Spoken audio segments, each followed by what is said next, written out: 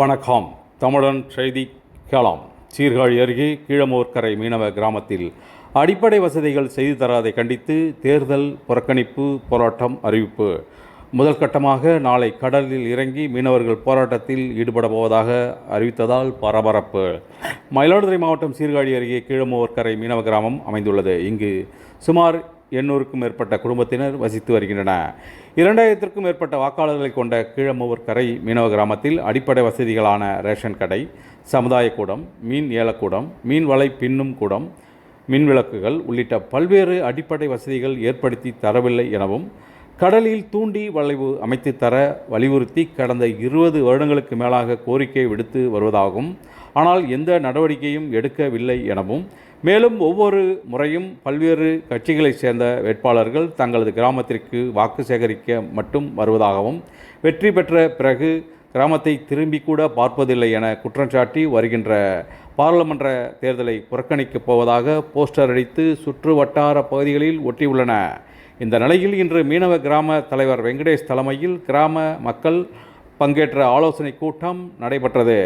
தங்களது கிராமத்திற்கு தேவையான அடிப்படை வசதிகள் செய்து தரப்படாதை கண்டித்து தேர்தல் புறக்கணிப்பு போராட்டத்தில் ஈடுபட போவதாகவும், அதில் முதல் கட்டமாக நாளை மீனவ கிராமத்தைச் சேர்ந்த பெண்கள் உள்ளிட்ட அனைவரும் கடலில் இறங்கி கையில் கருப்பு கொடியுடன் போராட்டத்தில் ஈடுபடுவது எனவும், அதனைத் தொடர்ந்து தங்களது ரேஷன் கார்டு, ஆதார் கார்டு உள்ளிட்டவைகளை அரசிடம் திரும்ப ஒப்படைக்கும் போராட்டத்தில் ஈடுபட போவதாகவும், தொடர்ந்து வரும் பாராளுமன்ற தேர்தலை புறக்கணித்து அனைவருக்கும் வாக்களிக்காமல் தங்கள் வீட்டிலேயே இருக்கப் போவதாகவும் கூட்டத்தில் முடிவு செய்துள்ளன.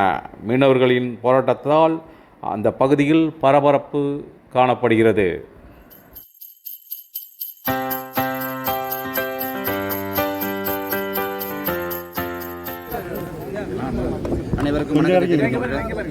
அனைவருக்கும் வணக்கத்தை தெரிவித்துக் கொள்கிறேன். எங்கள் கீழமோர்கரை கிராமத்தில் அடிப்படை வசதி எதுவும் இல்லாத காரணத்தினால் தற்போது எங்கள் மக்கள் அனைவரும் ஒருங்கிணைந்து நாளை எங்கள் 10 மணி அளவில் எங்கள் போராட்டத்தை நாங்கள் கடலிலிருந்து துவக்கலாம் என்று இருக்கின்றோம். இதை எதற்காக நாங்கள் செய்கிறோம் என்றால், எங்களுக்கு கட்டடம், மீன் வளக்கூடம், எங்கள் மினி ஆர்பார், எங்களுக்கு சராசரியாக கிடைக்கும் அடிப்படை வசதிகள் எதுவுமே கிடைக்கவில்லை. இது வரைக்கும் 2004 2024 கடந்த 20 வருடங்களாக எங்களுக்கு அடிப்படை வசதி எதுவும் கிடைக்காத காரணத்தினால் இந்த முற்றுகை இல்லாமல் சொல்லிட்டு இந்த பத்திரிகை வாயிலாக நாங்கள் கூறிக்கொள்வோம்.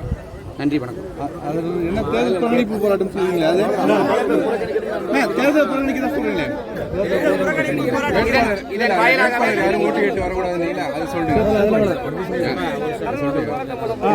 வாயிலாகவே இன்னொரு கருத்து சொல்கிறேன். இதனாலேயே நாங்கள் இந்த தேர்தலை புறக்கணிக்கலான்னு இருக்கோம். எங்களுக்கு அடிப்படை வசதிகள் கிடைத்தால் மட்டுமே மேற்கொண்டு நாங்கள் ஓட்டு போடலாம் என்று முடிவும் எடுத்திருக்கிறோம்.